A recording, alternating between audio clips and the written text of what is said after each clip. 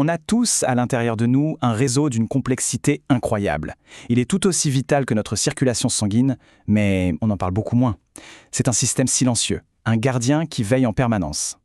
Aujourd'hui, on part explorer ce territoire caché, le système lymphatique. C'est une expérience que tout le monde connaît, non? Un petit rhume, une angine, et hop, on sent ces petites boules un peu sensibles dans le cou. C'est une question toute simple, mais la réponse va nous ouvrir les portes d'un monde anatomique absolument fascinant. En fait, la clé de ce mystère, elle n'est ni dans les muscles, ni dans les os, mais bien dans ce fameux réseau parallèle. C'est lui qui se met en alerte, qui combat, et qui nous envoie ce signal très clair pour nous dire « Attention, il se passe quelque chose ». Alors, c'est parti pour notre exploration. Pour bien comprendre, il faut imaginer un fleuve, avec tous ses affluents et ses postes de contrôle, qui parcourent l'ensemble du corps, juste sous la surface. C'est vraiment une super image pour se représenter le système lymphatique. Ce qu'il faut vraiment retenir, c'est que ce système est un peu comme une deuxième circulation. Sauf qu'à la place du sang, c'est un liquide appelé la lymphe qui circule.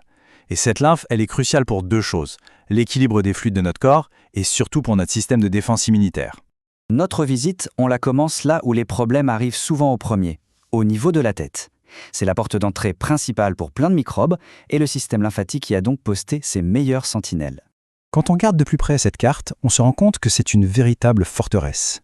Chaque petit point qu'on voit est un nœud lymphatique qu'on appelle aussi un lymphonœud. C'est comme un mini centre de commandement immunitaire placé à un endroit stratégique pour intercepter la moindre menace. On voit bien ici comment tous ces groupes forment une sorte de collier de surveillance, le cercle péricervical.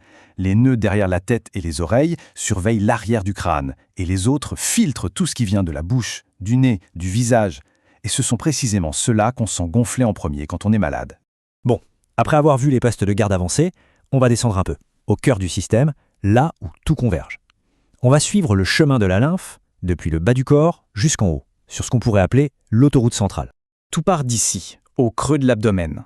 La lymphe qui vient des jambes et du bassin est d'abord filtrée par ces gros groupes de nœuds, les iliaques et les lombaires, qui sont situés autour des gros vaisseaux sanguins. C'est le point de départ de la plus grande collecte de lymphe de tout le corps. Et la voilà, cette fameuse autoroute, c'est le conduit thoracique. Ce n'est pas un petit vaisseau, c'est le collecteur principal, le véritable tronc du système.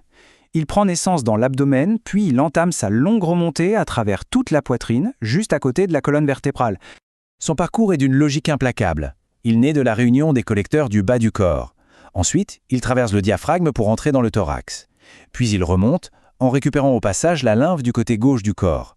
Et enfin, tout en haut, il fait une sorte de courbe, un arc à la base du cou, pour atteindre sa destination finale. Le corps humain est souvent symétrique dans sa conception, et le système lymphatique ne fait pas exception à la règle. On va maintenant s'intéresser aux points de contrôle essentiels qui drainent nos bras et nos jambes. Là, on voit très bien la stratégie du corps. D'un côté, sous le bras, on a les nœuds axillaires, un groupe de sentinelles bien dense. Et de l'autre, au niveau du pli de l'aine, on trouve les nœuds inguinaux. Ce sont des structures très similaires, avec des fonctions parallèles, filtrer toute la lymphe qui remonte de nos membres. Le parallèle est vraiment frappant. Les nœuds de l'aisselle, ils s'occupent du bras et d'une partie de la poitrine. Les nœuds de l'aine, eux, gèrent la jambe, le bas de l'abdomen et la région pelvienne. Ce sont des carrefours absolument vitaux pour la surveillance de nos extrémités. Toute cette lymphe, elle a été collectée, filtrée, elle a voyagé à travers tout le corps, mais la question c'est, où va-t-elle à la fin ? Notre visite se termine au point de rencontre final, là où ce fleuve caché rejoint enfin la circulation principale. Et voilà le grand final. Toute cette lymphe, maintenant purifiée, arrive ici, à la base du cou. C'est ce qu'on appelle le confluent jugulo-subclavier. C'est un nom un peu compliqué, mais ça désigne tout simplement le carrefour où les plus grosses veines du cou et des bras se rejoignent. Et c'est précisément là que la lymphe est réinjectée dans le sang, prête à recommencer son cycle. Voilà donc le portrait de ce système. Il travaille dans l'ombre, en parallèle de notre système sanguin, pour maintenir l'équilibre en eau de nos tissus et pour monter la garde en permanence. La prochaine fois qu'on sentira un ganglion un peu gonflé, on saura que c'est le signe que cette armée cachée est en pleine action. Le corps est rempli de ces réseaux ingénieux, tous connectés les uns aux autres. Explorer le système lymphatique, ça nous rappelle à quel point la machine humaine est complexe et fascinante. Et ça pousse à se demander quelles autres merveilles cachées sont à l'œuvre à chaque instant pour assurer notre bien-être.